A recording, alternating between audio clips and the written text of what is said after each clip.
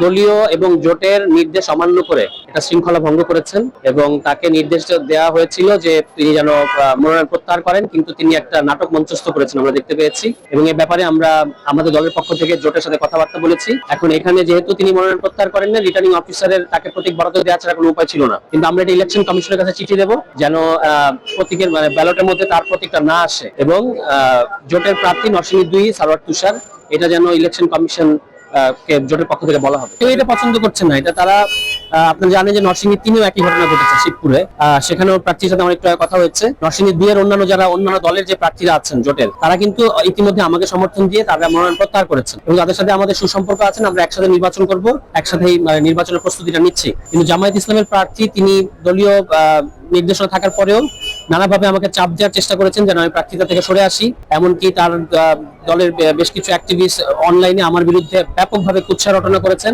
এবং আমাকে একটা মানসিক চাপের মধ্যে রাখার চেষ্টা করেছেন। আমি পুরোটা সময় এবং আমার দল এই ক্ষেত্রে যথেষ্ট সহনশীল আচরণ করেছি তাদের প্রতি, যেহেতু তাদেরও অনেক কাজ ছিল, সাংগঠনিক অনেক গুছানো একটা মাঠ ছিল, ফলে আমরা জোট সঙ্গী হিসেবে তাদের বিরুদ্ধে কোনো বক্তব্য দেই নাই। এটা আমাদের আমরা ভেবেছি যে এটা সাময়িকভাবে তারা হয়তো কাটিয়ে উঠতে পারবে এবং জোটের পক্ষে কাজ করবে। কিন্তু গতকালকে তারা যে কাজ করেছে, কাজ করার পরে আসলে আমি বলবো যে জোটের যে আমাদের যে মূল কথা যে ঐক্যবদ্ধ বাংলাদেশ, জোটের মধ্যে যদি আমরা ঐক্য ধরে রাখতে না পারি তাহলে তো ঐক্যবদ্ধ বাংলাদেশ করা যাবে না। ফলে তিনি আসলে জোটের ঐক্য নষ্ট করার ক্ষেত্রে একটা উদাহরণ সেট করেছেন।